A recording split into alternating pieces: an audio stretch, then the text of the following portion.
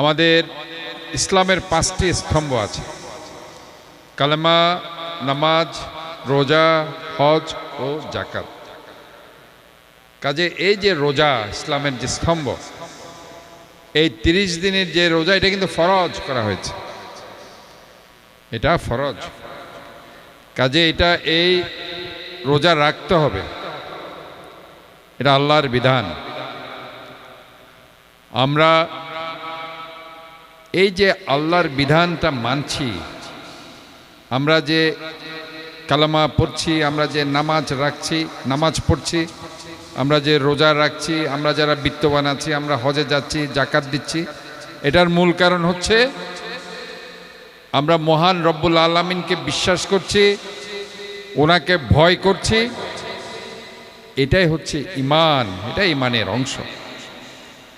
আমরা আল্লাহকে ভয় করছি দেখেই তো এটা আমরা রোজা রাখছি, তাই না? আমরা এই যে নামাজ পড়ছি, না হয় আমরা কি আল্লাহকে দেখছি? আমরা দেখেছি? কেউ দেখিনি, কিন্তু আমরা এটা বিশ্বাস করি মনে প্রাণে, মহান রব্বুল আলামিন আমাদেরকে সবাইকে দেখছে আমরা কি করছি। এবং এটাও আমরা বিশ্বাস করি আমাদের 2 কাঁধে 2 জন ফেরেশতা আছে, কেরামুন কাতিবিন, যারা ভালো কাজ কি করছি সেটাও লিখছে, মন্দ কাজ কি করছি সেটাও লিখছে, তাই না?